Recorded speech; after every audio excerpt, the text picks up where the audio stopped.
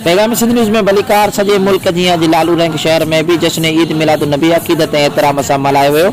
जश्न ईद मिलादुन नबी सल्लल्लाहु अलैहि वसल्लम जे सिलसिले में लालू रैंक शहर में पिण आशिकाने रसूल पंहिंजी ख़ुशी जो इज़हार कंदे शहर जे चपे चपे रोडनि रस्तनि ते निकिरी ख़ुशी जो इज़हार कंदे रैलियूं कढियूं।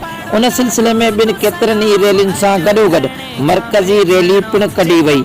हिकु वॾी अज़ीम आलीशान रैली सरदार वाह का हक दुपासी अमन कमेटी के सरवाण रूहानी पेशे सैद गुलशाह दुपासी खादिम हुसैन मुगेरी माशूक अली मुगेरी ऐं बिन जी अगवानी में कढी वई। बी वडी रैली जमायत अल फिक्रिया अल हुसैनी नक्शबंदी पारा जामे मस्जिद का रैली कढी वई, जंहिंजी अगवानी सैद सज्जाद अली शाह हाफिज सुबदार अली पतुजो फकीर सूमर अली मुगेरी ऐं ॿिया करे रहा, जिन में हज़ारे आशिकाने रसूल लब्बैक या रसूला मरहबा या मुस्तफ़ा जा नारा हणंदा रहा ऐं शहर के मुख़्तलिफ़ रस्तनि जो गश्त कयो। रैली में ॿारनि समेत हर नौजवान तोड़े बुढ़ड़ान जे हथन में सावा झंडा ऐं बैनर हुआ। बाद में रैली शहर के बस स्टॉप ते गड थी वई। उन मौके ते रूहानी पेशे सैद गुलशाह दुपासी सैद सज्जाद अली शाह हाफिज सूफी सुबदार पतूजो फकीर सूमर मुगेरी फकीर माशूक अली मुगेरी ऐं बिन रैली के खिताब कंदे चयो आहे त अॼोको ॾींहुं असां मुस्लमान लाइ तमामु वॾो ऐं ख़ुशी जो ॾींहुं हुजण सां गॾोगॾु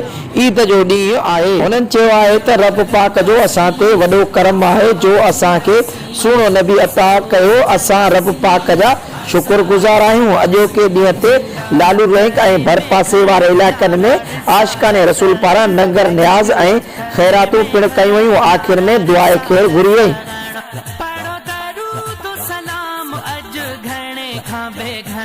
जेको मदीने जे साईं जो मिलाद कंदो आ मौला उल्हे जे घर मिलाद कंदासीं आबाद